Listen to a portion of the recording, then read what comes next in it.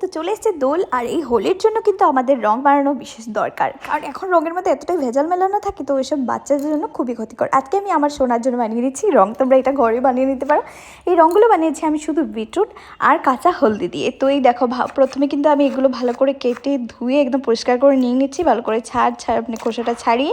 তারপর কিন্তু আমি একে একে সবগুলো কিন্তু মিক্সিতে পেস্ট করবো, দুটোই আলাদা আলাদা করে পেস্ট করবো, একটুখানি জল দিয়ে কিন্তু পেস্ট করে নিয়েছি।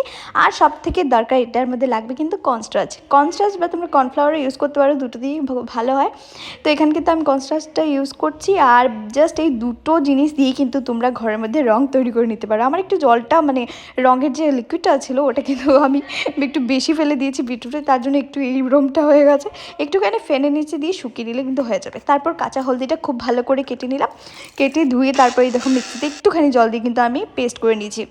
এবার কিন্তু আচ্ছা ছাঁকতে হবে, কিন্তু সেটা আমি ভুলতেই ভুলে গেছি। তো এই দেখো ছেঁকে নিয়ে কিন্তু আমি আবার এই কর্নস্টার্চের মধ্যে কিন্তু এই লিকুইডটাও দিয়ে দিয়েছি। ব্যাস এবার এই দেখতে পাচ্ছ কালারটা খুব দারুণ এসেছে, এটার মধ্যে অল্প অল্প করে দিয়েছি বলে এই যে দারুণ হয়ে গেছে। তো আমি সব কিছু এইরকমটা করেছি, আর ফ্যানের তলা একটুখানি দিয়েছিলাম। এই দেখো এখন পুরোপুরি ঠিক হয়ে গেছে। এবার কিন্তু জাস্ট রোদে শুকাও আর বেবিদের জন্য ঘরে রংটা বানিয়ে ফেলো। আর কেমন হয়েছে আমাকে কিন্তু কমেন্ট করে নিশ্চয়ই জানিও। টাটা গাইস, সবাইকে অনেক অনেক ভালোবাসা, বাই।